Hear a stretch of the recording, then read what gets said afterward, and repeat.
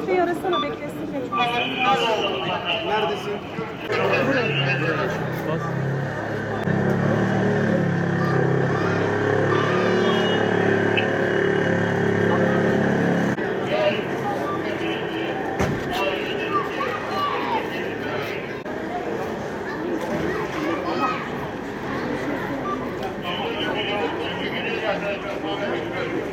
Ne yapayım?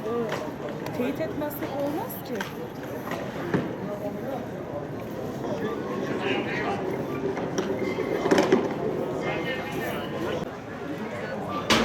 Altı 12 metre doğru. Yüzün lambasından arkadaşlar.